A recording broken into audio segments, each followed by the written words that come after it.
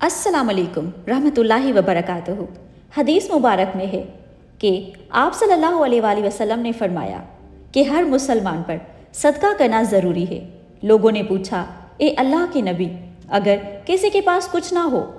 तो आप सल्लल्लाहु अलैहि वसल्लम ने फरमाया कि अपने हाथों से कुछ कमा कर खुद को भी नफ़ा पहुँचाओ और सदका भी कर दिया करो। लोगों ने कहा, अगर उसकी भी ताकत ना हो? फरमाया, फिर किसी हाजतमंद फरियादी की मदद कर दो।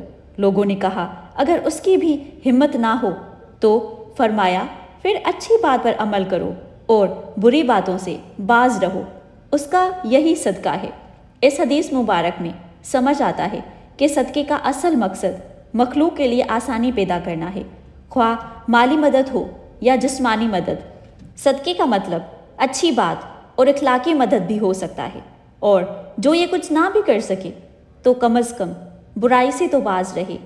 जो लोग दूसरों का हक मारकर धोखा देते हैं, मिलावट करते हैं, रिश्वत या किसी को नाजायज़ तकलीफ़ देकर माल जमा करते हैं, उनके सदक़े की अल्लाह के यहाँ कोई कबूलियत नहीं है। और सबसे अफजल सदका ये है कि मुसलमान आदमी किसी चीज़ का इल्म हासिल करे, फिर अपने मुसलमान भाई को उसकी तालीम दे। और याद रखें, हमेशा बोलने से पहले अपनी ज़बान को अपने दिमाग के साथ जोड़ना मत भूलें, और अल्लाह सुब्हान व तआला से हमेशा दुआ करते रहें कि हमें दीन का सही तरीका और अमल नसीब फरमाए। आमीन या रब्बल आलमीन। वीडियो अच्छी लगी हो तो लाइक करें, शेयर करें, चैनल को सब्सक्राइब करें। जज़ाकल्लाह खैर।